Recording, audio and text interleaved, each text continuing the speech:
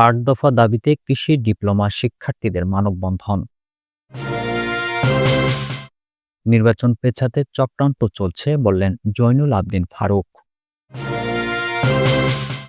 বিনিয়োগ সম্মেলনের সাফল্য না এলে তা হবে দুঃখজনক, মন্তব্য এবি পার্টির। সর্বশেষ জানাবো, অহিংসবাদ, সম্প্রীতি ও হিংসা বিদ্বেষবিহীন দেশ গড়তে চাই বললেন সেনাপ্রধান। শুনছিলেন সংবাদ শিরোনাম। পুরো খবর জানতে ভিডিওটি শেষ পর্যন্ত দেখুন। সর্বশেষ খবর পেতে চ্যানেলটি সাবস্ক্রাইব করুন। এবারে জানিয়ে দেব বিস্তারিত। ৮ দফা দাবিতে কৃষি ডিপ্লোমা শিক্ষার্থীদের মানববন্ধন। ডিপ্লোমা কৃষিবিদদের পাবলিক কৃষি বিশ্ববিদ্যালয়ে উচ্চশিক্ষা গ্রহণের সুযোগ, কৃষি ডিপ্লোমা শিক্ষাকে কৃষি সম্প্রসারণ অধিদপ্তরের অধীন থেকে বের করে সম্পূর্ণভাবে কৃষি মন্ত্রণালয়ের আলাদা প্রতিষ্ঠান করা সহ মোট ৮ দফা দাবি জানিয়েছেন কৃষি ডিপ্লোমা শিক্ষার্থীরা। রোববার জাতীয় প্রেস ক্লাবের সামনে আয়োজিত এক মানববন্ধন থেকে তারা এই দাবিগুলো জানিয়েছেন। এ সময় প্রায় শতাধিক শিক্ষার্থী উপস্থিত ছিলেন। তাদের দাবিগুলোর মধ্যে রয়েছে ডিপ্লোমা কৃষিবিদদের পাবলিক কৃষি বিশ্ববিদ্যালয়ে উচ্চশিক্ষা গ্রহণের সুযোগ দিতে হবে, উপসহকারী কৃষি কর্মকর্তাকে দ্বিতীয় শ্রেণীর কর্মচারী হিসেবে গ্যাজেট করে প্রজ্ঞাপন জারি করতে হবে এবং প্রতি বছর নিয়োগের ধারাবাহিকতা বজায় রাখতে হবে। কৃষি ডিপ্লোমা শিক্ষার মান উন্নয়নের জন্য শিক্ষক সংকট দূরীকরণ করতে হবে। কৃষি ডিপ্লোমা শিক্ষাকে ডিএই এর অধীনস্থ থেকে বের করে সম্পূর্ণভাবে কৃষি মন্ত্রণালয়ের আলাদা প্রতিষ্ঠান করতে হবে। সব কৃষি গবেষণা প্রতিষ্ঠানের সহকারী বৈজ্ঞানিক কর্মকর্তা পদটি শুধুমাত্র ডিপ্লোমা কৃষিবিদদের জন্য সংরক্ষিত করতে হবে। ডিপ্লোমা কৃষিবিদদের বেসরকারি চাকরির ক্ষেত্রে ন্যূনতম ১০ম গ্রেডের পে স্কেলে বেতন দিতে হবে। কৃষি ডিপ্লোমা শিক্ষার্থীদের মাঠ সংযুক্তি ভাতা প্রদান করতে হবে এবং উপসহকারী কৃষি কর্মকর্তাদের চাকরিতে প্রবেশের পর ৬ মাসের ফাউন্ডেশন ট্রেনিংয়ের ব্যবস্থা করতে হবে। মানববন্ধনে শিক্ষার্থীরা বলেন, দাবি আদায় না হওয়া পর্যন্ত আমাদের শিক্ষার সব কার্যক্রম বন্ধ থাকবে। দাবি আদায়ে আমরা রাজপথে থাকব। তারা অনুদান নয়, অধিকার চান বলেও জানিয়েছেন। নির্বাচন পেছাতে চক্রান্ত চলছে বললেন জয়নুল আবদিন ফারুক। নির্বাচন পেছাতে চক্রান্ত চলছে এমন মন্তব্য করে বিএনপি চেয়ারপারসনের উপদেষ্টা জয়নুল আবদিন ফারুক বলেছেন, ন্যূনতম সংস্কার এবং আওয়ামী অপরাধীদের বিচার নিশ্চিত করে দ্রুত নির্বাচনমুখী হওয়া দরকার। জাতীয় প্রেস ক্লাবের সামনে সেনবাগ জাতীয়তাবাদী ফোরামের এক প্রতিবাদ সমাবেশে যোগ দিয়ে তিনি এসব কথা বলেন। প্রধান উপদেষ্টা ডক্টর মোহাম্মদ ইউনূসের উদ্দেশ্যে সাবেক এই সংসদ সদস্য বলেন, আপনি এমন একটা নির্বাচন দেবেন যে নির্বাচনে মুর্শিদ আলমের মতো লোক নির্বাচিত হতে পারবেন না। নির্বাচনের মাধ্যমে সরকার ক্ষমতায় এলে সেই সরকারে যেন দরবেশের মতো লোক না থাকে, আইনমন্ত্রীর মতো লোক না থাকে, শিক্ষামন্ত্রী নওফেলের মতো লোক না থাকে। আপনার কাছে আমাদের দাবি একটাই, আমরা আপনার বিরুদ্ধে না, আমরা আপনার সমর্থক। আমরা আপনার কাছে এমন কিছু চাই না যেটা দিয়ে আমরা অর্থবান হব। আমরা মোর্শেদ হতে চাই না, হাসিনার মতো সরকার আসুক এটাও চাই না।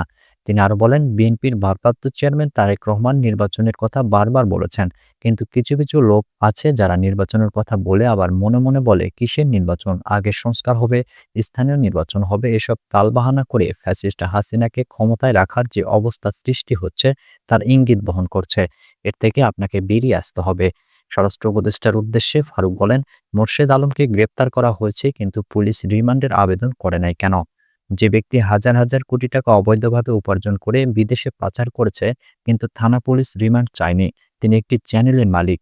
টিভি চ্যানেল ব্যক্তি মালিকানা হতে পারে কিন্তু সাংবাদিকদের উপর কোনো হস্তক্ষেপ করতে পারে না। তিনি বলেন, যিনি সাংবাদিকদের উপর হস্তক্ষেপ করবেন তিনি টিভি চ্যানেলের মালিক হতে পারেন না। বর্তমানে আমরা এটাও দেখতে পাচ্ছি, একজন দুর্নীতিবাজ আসামিকে শীতাতপ নিয়ন্ত্রিত মাইক্রোবাসে করে জেলখানা থেকে কোর্টে আনা হয়।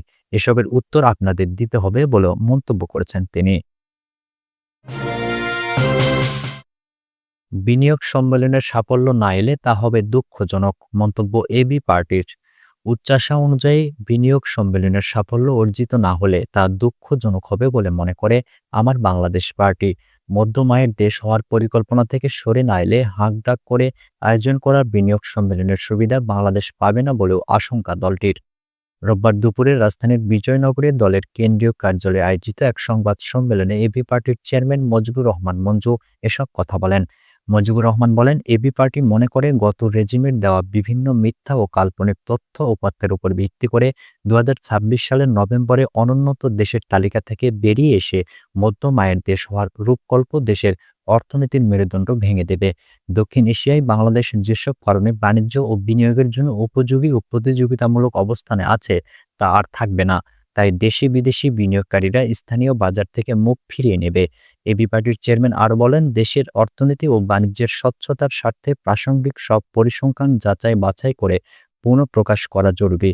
দেশের মোট জনসংখ্যা, জিডিপির পরিমাণ, মাথাপিছু গড় আয় ও আয়ু, বার্ষিক প্রবৃদ্ধি, দরিদ্র সীমার নিচে বসবাসকারী জনগোষ্ঠী, শিক্ষা ও দক্ষতার হার, ক্রয় ক্ষমতা সম্পন্ন দেশি বাজারের পরিধি, রিজার্ভ ও ঋণের পরিমাণ, বৈশ্বিক ক্রেডিট রেটিং ইত্যাদির বিশ্বাসযোগ্য তথ্য দেশি ও বিদেশি বিনিয়োগকারীদের জন্য প্রকাশ করা আবশ্যক, যাতে তারা ভেবেচিন্তে সঠিক ও কার্যকর সিদ্ধান্ত নিতে পারেন। সংবাদ সম্মেলনে বলা হয়, এবি পার্টি মনে করে যে কোনো বিনিয়োগকারীকে স্থানীয় ও রপ্তানি বাজার সামনে রেখে বিনিয়োগের সম্ভাব্যতা যাচাই করতে হয়। সেক্ষেত্রে স্থানীয় বাজারের সক্ষমতা, দুনিয়া জুড়ে রপ্তানির সম্ভাবনা, অবকাঠামোগত সুবিধা, প্রতিযোগিতামূলক কর ভ্যাট আছে কিনা, জ্বালানি নিরাপত্তা, স্থানীয় বিনিয়োগকারীদের স্বার্থ সংরক্ষণ, ব্যাংক ঋণ, ডলারের মজুদ ইত্যাদি সব চ্যালেঞ্জকে মোকাবেলা করার বাস্তব ভিত্তিক পথ নকশা জরুরি। বিনিয়োগ সম্মেলনকে ঘিরে দেশে বিদেশে যে আগ্রহ তৈরি হয়েছে তাকে ইতিবাচকভাবে কাজে লাগাতে হবে। সংবাদ সম্মেলনে এবি পার্টির যুগ্ম সাধারণ সম্পাদক জুবাইর আহমদ ভূঁইয়া, আবদুল্লাহ আল মামুন, আনোয়ার সাদাত প্রমুখ উপস্থিত ছিলেন। অহিংসবাদ, সম্প্রীতি ও হিংসা বিদ্বেষবিহীন দেশ গড়তে চাই বললেন সেনা প্রধান। বাংলাদেশ সেনাবাহিনী প্রধান জেনারেল ওয়াকারুজ্জামান বলেছেন, আমরা অহিংসবাদ, সম্প্রীতি, মানুষের প্রতি ভালোবাসা, হিংসা বিদ্বেষবিহীন দেশ গড়তে চাই। আমরা চাই একসঙ্গে এখানে সুন্দরভাবে বসবাস করব। এই উদ্দেশ্যে আমরা সবসময় কাজ করে যাচ্ছি। রোববার সকালে রাজধানীর মেরুল বাড্ডায় আন্তর্জাতিক বৌদ্ধ বিহারের সম্প্রীতি ভবন ভিত্তিপ্রস্তর স্থাপন অনুষ্ঠানে তিনি সব কথা বলেন। জেনারেল ওয়াকারুজ্জামান বলেন, আমরা সবসময় এ দেশের ধর্ম, বর্ণ, গোত্র সব সম্প্রদায়ের সঙ্গে অত্যন্ত ওতপ্রোতভাবে জড়িত। আমরা একসঙ্গে বাস করি। বাংলাদেশ একটা সম্প্রীতির দেশ। এদেশে হাজার হাজার বছর ধরে সব ধর্ম, বর্ণ, গোত্র নির্বিশেষে আমরা শান্তিতে বসবাস করে আসছি। সেটারই একটা প্রতিফলন আজকের এই অনুষ্ঠান। এটা শুধু সম্প্রীতি ভবন ভিত্তি স্থাপন অনুষ্ঠান নয়, এখানে আমরা একটা সম্প্রীতির সমাবেশ করেছি, যেখানে সব ধর্ম, বর্ণ, গোত্রের লোকজন আছে। আমরা আমাদের দেশটাকে এভাবেই দেখতে চাই। তিনি বলেন, গৌতম বুদ্ধের যে নীতি, অহিংসবাদ, সম্প্রীতি, মানুষের প্রতি ভালোবাসা, হিংসা বিদ্বেষবিহীন দেশ, এটাই আমরা গড়ে তুলতে চাই। এ দেশ সবার, হিন্দু, বৌদ্ধ, খ্রিস্টান, মুসলমান সবারই দেশ। এই সম্প্রীতি বজায় রেখে আমরা বাস করতে চাই। সেনাপ্রধান বলেন, আমরা চাই পার্বত্য চট্টগ্রামে যেন শান্তি বিরাজ করে। তার জন্য যা কিছু করতে হয় তা করতে আমরা রাজি আছি। সমগ্র দেশের সাম্প্রদায়িক সম্প্রীতি রক্ষার জন্য যা কিছু করতে হয় সেটা করতে সদা প্রস্তুত থাকব। আমরা সবাই মিলে এই দেশ ও জাতিকে একটা শান্তির জায়গায় নিয়ে যেতে চাই। গৌতম বুদ্ধের বাণী এই সময় অত্যন্ত গুরুত্বপূর্ণ। তিনি আরো বলেন, আমরা শান্তির দেশ চাই, শৃঙ্খলার দেশ চাই। আমরা এখানে হানাহানি, বিদ্বেষ চাই না। সবার বিভিন্ন মত থাকতে পারে। অবশেষে আমরা সবাই সবাইকে যেন শ্রদ্ধা করি। একে অপরের বক্তব্য, মতামতকে যেন শ্রদ্ধা করি। আমাদের নিজস্ব মতামত থাকবে, সেই অনুযায়ী কাজ করব।